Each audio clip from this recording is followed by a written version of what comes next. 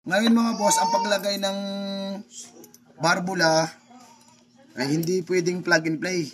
Ayan. Mga boss, magandang umaga. Ayan, may tuturo lang ako sa inyo yung kaunti dito sa cylinder head. Bago ang lahat, shoutout muna natin si Bossing. Taga saan kayo, sir? Muntinlupa. Muntinlupa. Ayan, susubok sa atin. Galing na rin yan sa iba.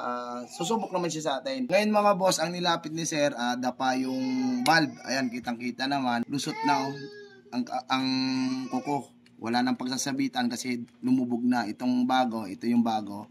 Ayan. Makapal pa. Tapos ang exhaust, ganun din. Bali, 4 ang papalitan. Ayan, mga sir. Dapayan lahat. Tatanggalin lang. Ayan o, maninipis na. Matatalas na ang dulo. Ngayon mga boss, ang paglagay ng barbula ay hindi pwedeng plug and play. Ayan. Tuturo ko sa inyo para sure ball na magandang compression, walang singaw.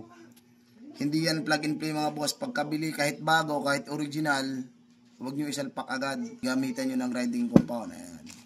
Ito mga boss, kailangan nyo yan. Yung 4 yan pag bagong barbulang ipapalit.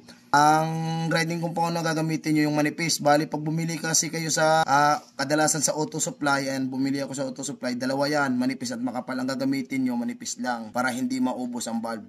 Ang gagawin nyo ay palalapatin lang. Yun lang mga boss. Maraming salamat.